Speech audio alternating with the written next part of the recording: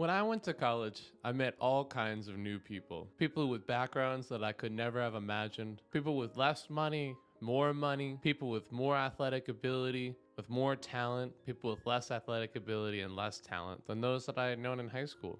People were so different. Everything was so strange. I thought I had almost figured people out to a certain extent when I was in high school. But when I went to college, I met plenty of people that baffled me in their ways of thinking and their ways of going about their day. One such person was one of my best friends. I could not figure out what made us different. And yet people would always clamor to help him and regret helping me. What was the difference? We were both, 18-year-old regular dudes, about the same height, about the same size. What was so much better about him than me? Why couldn't I cultivate that same sort of admiration and helpful attitude from those around me? For a long time, I never really knew what I was missing, but I could watch him use these skills that he had that I did not possess. A long time ago, we were introduced to the book, How to Win Friends and Influence People. And immediately upon opening it, he said, I already know all this stuff.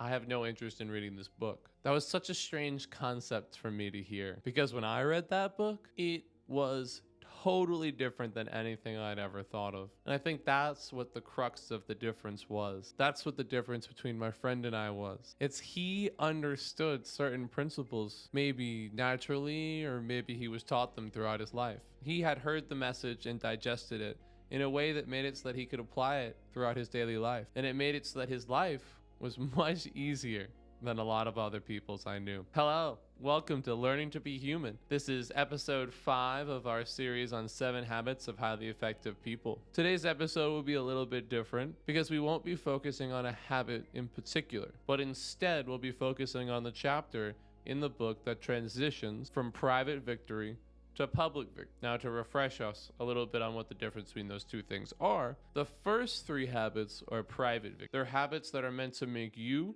perform better as a person individually. You're supposed to figure out ways to be better as an individual, and then the second 3 habits are focusing more on how to be better in society, how to be a better member of your community, member of a team, member of a work environment, how to be more sociable. This in-between period, after we've learned all 3 of the private habits, which were be proactive, begin with the end in mind, and put the first things first. With those things in our toolbox, we can now start thinking about the transition to a more public ideology. In this middle chapter, Covey talks mostly about an emotional bank account. And what does that mean? What is this emotional bank account? Well, he likes to use it as a metaphor. So if you continue to take money out of a bank account, eventually it will run dry. No matter what you do, no matter how much money you have, if you put in less money than you take out, you will run out. It's the same thing as it is with our social relationship, with the people that we care about, with the people that we know. We all have emotional bank accounts, and some people are very good at making deposits in those emotional bank accounts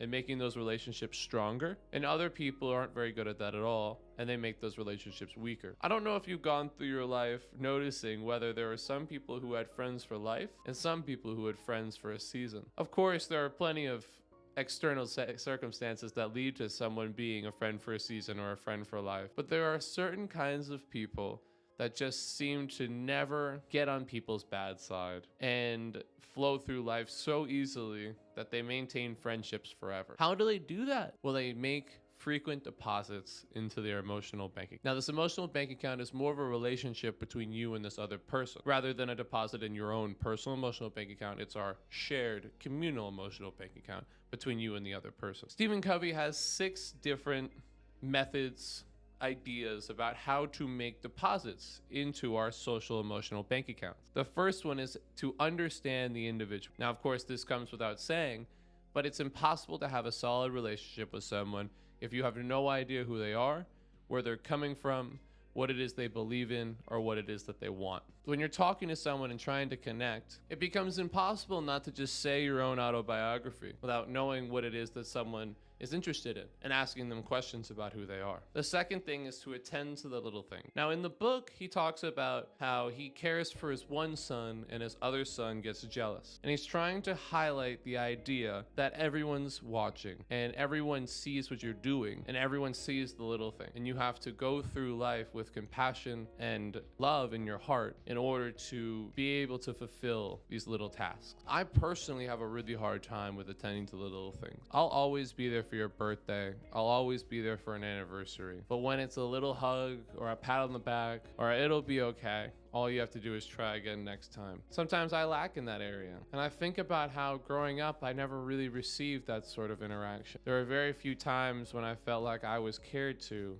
or taken care of with just the little thing, just the little pat on the back and telling you they love you. It's hard to go through your childhood not knowing that, and learning how to do this in your relationships without that sort of background becomes very difficult. The third thing is to keep commitment. When maintaining relationships, keeping commitments is paramount to allow both people to trust each other. I've had a lot of experiences with friends that I had to let go because they couldn't keep their commitments. We would make plans, I would set aside afternoons for them, and then they would either forget or cancel because they were just not feeling it that day. After a while, I stopped trying to make commitments with these people because it hurt me to know that I was trying to deposit. I was trying to make an effort and no one made an effort back. And I know the opposite has certainly happened in my life as well, where other people trying to make an effort and I didn't care. I didn't care about keeping commitments.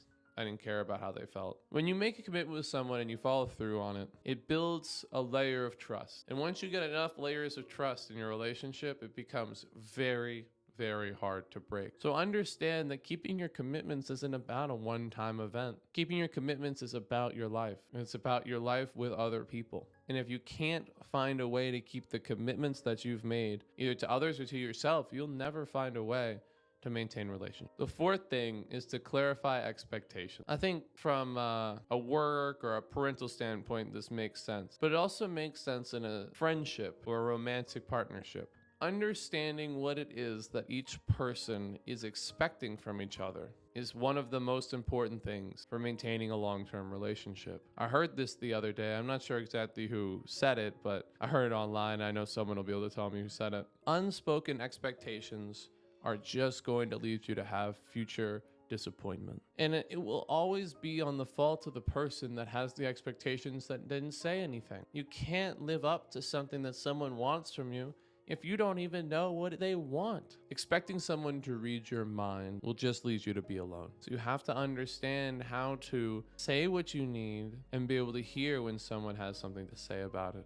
And if it doesn't work out, be okay with splitting, with not being friends anymore, with not having a relationship, because these are the expectations you have. In the same way you wrote a personal mission statement for yourself, and you have expectations for yourself in your life, you also should have expectations for yourself in your relationships. And living up to those expectations is a baseline level of how good a relationship will be. Showing personal integrity. I think a lot about The Boy Who Cried Wolf. Of course, it's a children's story that doesn't really matter that much as an adult. But it matters in the sense of, in the same way that if you make a commitment and you don't hold on to it, people lose faith in you. If you say things without integrity, if you say things that you don't mean, that don't matter, people will tune out your voice. Those that you want relationships with will stop valuing the words that you say because you're the boy who cried wolf. It doesn't have to be a lie. It just has to be you saying something that you know you won't do in the future. Knowing that you will never live up to the words that you say out loud. You will never live in private that which you say in public. And that's not a good way to live. You need to live with integrity. You need to live with hope. You need to live with the idea that you can succeed and that the commitments and the people you meet are important and are worth upholding in the same way as your own value. The final point that Stephen Covey makes in this chapter is to love the way you live. And he has 4 points as to what it means to live. To live with cooperation, contribution, self-discipline, and integrity. When we love, it seems like a fiery, expansive experience that goes beyond daily life, but that only lasts for a short while. After time, the thing that keeps people together, the thing that maintains your love, is the same thing that maintains all the commitments in your life. It's your ability to be cooperative, to contribute, to have self-discipline and integrity. And those 4 things will make it so that you're able to be a powerful member, a partner in a relationship, not just a bystander, but an active member of a cooperative relationship. After reading these 6 points, I began to understand what it was that made me and my friend my freshman year of college so different. What made us so completely the same and yet have such different experiences? It was that he understood these concepts inherently. Maybe he was taught them growing up. Maybe he just read the right books and got the right advice. All I know is that I didn't. I didn't know that these things were important, and even if someone had told me them, I wouldn't have listened. The hard part about this book is that it's telling you things you don't want to hear, and everything it says is right, so there's no arguing. Sometimes things are just the right thing to do, and you just have to grow up and live with the fact that if you want to be happy, you will have to do these things. Well, I hope you all have a great day, and I hope you enjoyed this episode. Thank you. Goodbye.